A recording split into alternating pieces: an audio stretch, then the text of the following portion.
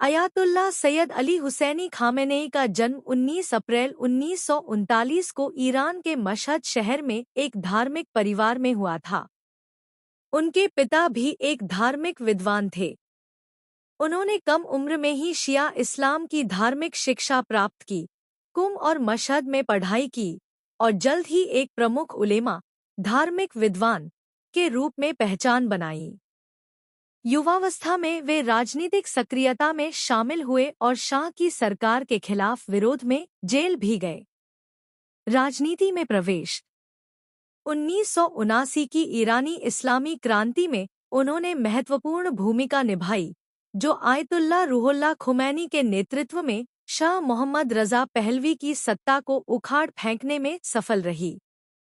क्रांति के बाद वे राष्ट्रपति बने 1981 से 1989 और इस्लामी गणराज्य की नीतियों को मजबूत करने में सक्रिय रहे।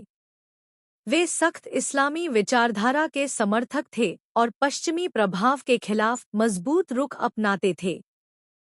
सुप्रीम लीडर का पद 1989 में आयतुल्ला खुमैनी की मृत्यु के बाद खामेनेई को ईरान का दूसरा सुप्रीम लीडर रहबर-ए-मुअज़्ज़म चुना गया। यह पद ईरान में सबसे शक्तिशाली होता है, जिसमें सेना, न्यायपालिका, मीडिया और विदेश नीति पर अंतिम निर्णय का अधिकार होता है।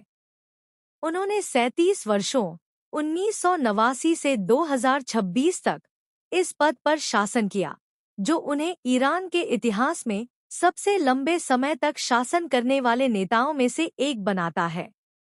शासन शैली और प्रभाव खामेनेई के नेतृत्व में ईरान ने सख्त इस्लामी नियमों को लागू किया, महिलाओं के अधिकारों पर प्रतिबंध, विरोध प्रदर्शनों का दमन और परमाणु कार्यक्रम को आगे बढ़ाया। उन्होंने अमेरिका और इजराइल को मुख्य दुश्मन माना, मौत को अमेरिका और मौत को इजराइल जैसे नारे दिए। उनके शासन में ईरान ने क्षेत्रीय प्रभाव बढ़ाया, हिज़्बुल्लाह, हूती, हमास आदि के माध्यम से, लेकिन आर्थिक प्रतिबंधों, मुद्रास्फीति और युवाओं में असंतोष भी बढ़ा। कई विरोध आंदोलन, जैसे 2009 ग्रीन मूवमेंट, 2022 महिला विरोध, को कुचल दिया गया।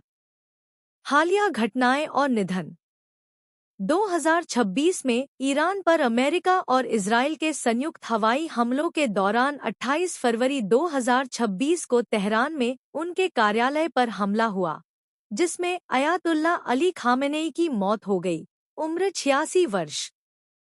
ईरानी राज्य मीडिया ने उनकी मौत की पुष्टि की और 40 दिनों का राजकीय शोक घोषित किया।